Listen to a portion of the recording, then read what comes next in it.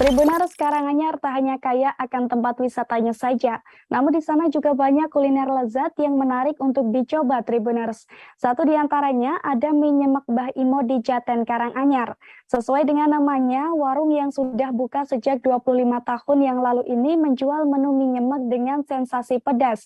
Dan bagaimana informasi lengkapnya akan disampaikan oleh rekan Mardon Widianto dari tribunsolo.com. Silakan rekan Mardon. Ya, terima kasih rekan Ariska.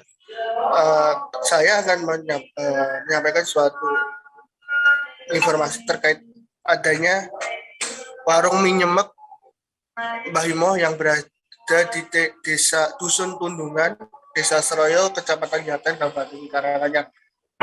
Di mana di sana di lokasi tersebut menjual masakan serba mie, namun unik di sini menariknya masakan mie ini menggunakan mie instan, namun dengan dicampur dengan bumbu-bumbu tambahan ala dari Mbah Imo itu sendiri.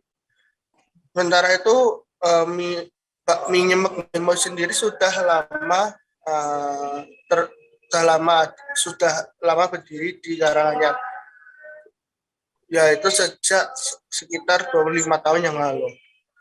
Pertama kali warung didirikan itu oleh Mbah Imo sendiri, kemudian dilanjutkan oleh anaknya Bapak Samino. Dan awalnya saat itu baru 10 tahun yang lalu pindah di lokasi yang sekarang.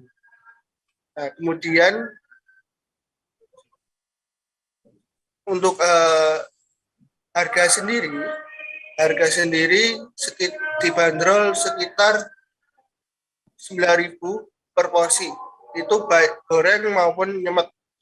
Dan Anda bisa mencicip di sana, tepatnya di Dusun Tundungan, Desa Seroyo, Kecamatan Jaten, Kabupaten Karanganyar.